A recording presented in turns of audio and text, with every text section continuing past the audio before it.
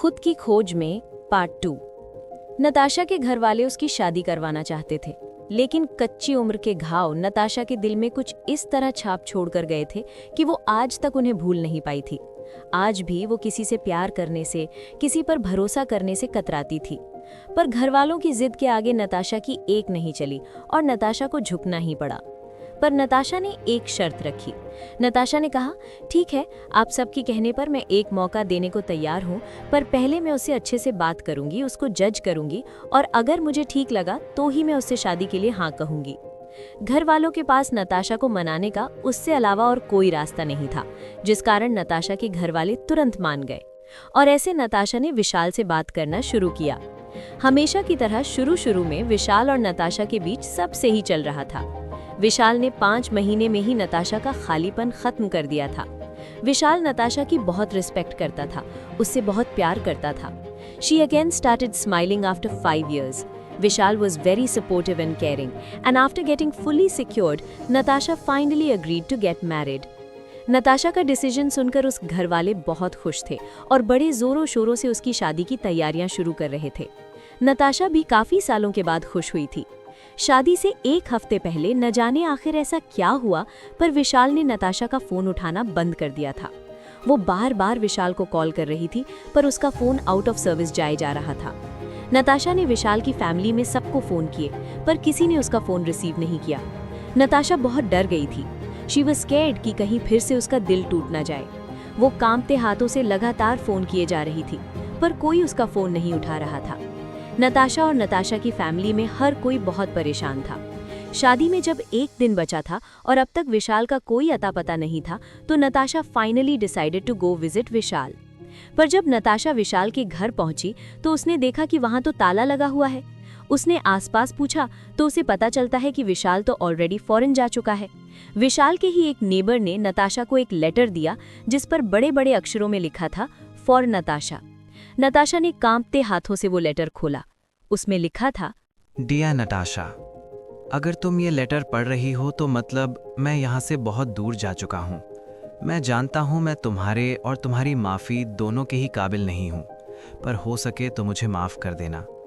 मैं असल में किसी और से प्यार करता हूँ, किसी और को चाहता हूँ, पर मॉम डैड के प्रेशर के कारण मुझे तुम्हें हाँ कहना पड़ा। पर एक्चुअली मैं उसके बिना नहीं रह सकता और ना ही तुम्हें खुश रख सकता हूँ। तुम किसी अच्छे को डिजर्व करती हो और मैं तुम्हारे लायक बिल्कुल नहीं हूँ। हो सके तो मुझे माफ कर देना और मुझे भूल जाना। विशाल।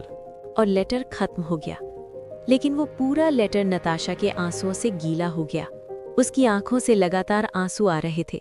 नताशा कपकपाते होठों से बोली, पर अगर तुम्हें मुझसे प्यार ही नहीं था तो मेरे साथ इतने अच्छे से क्यों बर्ताव किया? क्यों मुझे तुमसे प्यार करने दिया? और इतना कहे वो वहीं बेहोश हो गई। नताशा को हॉस्पिटल लेकर जाया गया तो वहां पता चला she got an heart attack. Natasha को 2 दिन बाद होश आया, पर इस बार वो रो नहीं रही थी, बल्कि शांत हो गई थी। वो चुपचाप घर आई, अपनी पैकिंग की और वहां से चलने लगी। नताशा की माँ ने चिंता करते हुए कहा, कहाँ जा रही हो? नताशा ने कहीं खोते हुए कहा, ढूंढने जा रही हूँ। नताशा की माँ ने कहा, किसे? खुद को।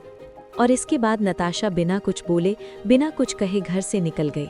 नताशा को गए 2 साल हो गए थे, पर आज तक किसी को नहीं पता था कि नताशा कहाँ है, कैसी है। उसका फोन घर से निकलते ही स्विच ऑफ हो गया था और 2 साल में एक बार भी ऑन नहीं हुआ था। 2 साल बाद पहली बार आज के दिन नताशा का फोन चालू हुआ और उसने पहला नंबर डायल किया अपनी माँ का। नताशा का फोन देखकर उसकी माँ की आंखों से आंसू झलक उठे थे। नताशा की माँ तुरंत नताशा का फोन उठाती है और गुस्से से कहती है, कहाँ थी तू 2 साल से? हाँ, ऐसे कोई बिना कुछ बोले घर छोड़कर जाता है क्या? तुझे कुछ हो जाता तो? उनकी आवाज में फिक्र साफ सुनाई दे रही थी। नताशा थोड़ा मुस्कुराते हुए कहती है, क्या माँ, मुझे कुछ हुआ तो नहीं ना?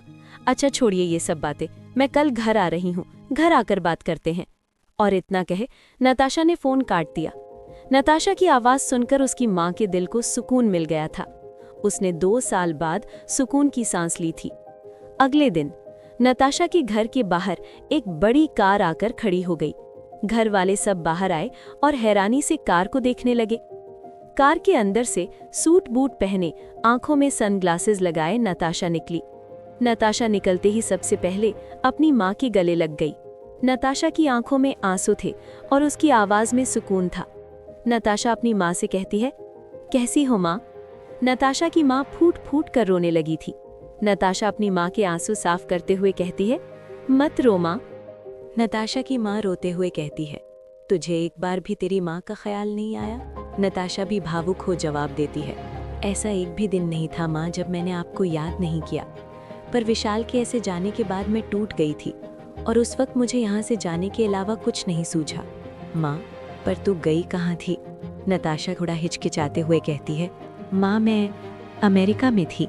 नताशा की माँ हैरानी से कहती है, अमेरिका में? तू वहाँ कैसे गई? नताशा जवाब देती है, हाँ माँ, मैं अमेरिका में थी। वो एक्चुअली अमेरिका में बिज़नेस के लिए मेरा वीज़ा अप्रूव हो गया था, बट आप सब शादी के लिए बोल रहे थे तो मैं नहीं गई वहाँ। बट जब यहाँ कुछ बचा ही नहीं था मेरे लिए तो मैं वहाँ चली गई, यही सोचकर कि शायद इस जगह से दूर रहूँगी तो थोड़ा रिलैक्स रहूँगी और काम रहूँगी। तो अब क्या हुआ उधर? नताशा के चेहरे पर दर्द साफ दिखाई दे रहा था, पर वो जूठा मुस्कुरा कर कहती है, बिज़नेस काफ़ी ऊपर तक चला गया है, अच्छा प्रॉफिट अर्न कर रही हूँ मैं, पर हाँ, ज़िंदगी में वो खालीपन तो नहीं भरा है, पर ठीक है, एटलीस्ट मैं अच्छा कमा तो रही हूँ। और इतना कह नताशा हल्की सी मुस्कान दे देती है। नताशा की माँ भावुक होकर कहती है, तू दुनिया से अपना दर्द छुपा सकती है, मुझसे नहीं छुपा पाएगी बेटी। नताशा रोंदिए स्वर में कहती है, क्या करूँ माँ, मेरे रोने से बिलखने से सब ठीक तो नहीं होगा। सब भूलने के लिए ही तो इतनी दूर गई थी, पर कुछ नहीं भूल पाई। पर अब मैं समझ चुकी हूँ, सबको सब नहीं मिलता, और जो मेरे पास नहीं है उसके पीछे पड़कर मेरे पास जो है मुझे उसे इग्नोर नहीं करना चाहिए। शायद मेरी किस्मत में प्यार था ही नहीं। और इतना कह नताशा चुपचाप अंदर चली जाती है। ये कहानी एक नताशा की नहीं है, बल्कि ऐसी हजारों नताशा हैं जो किसी न किसी दर्द से जूझ रही हैं। आप सब तक ये कहानी लाने का एक ही मकसद था कि जिंदगी कभी किसी के लिए नहीं रुकती।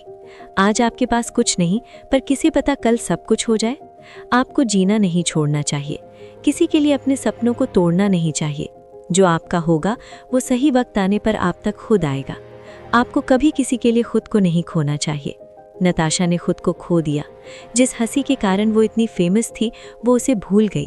अब उसकी मुस्कुराहट में फरेब लगता, और वो मासूमियत भी कब की चली गई थी।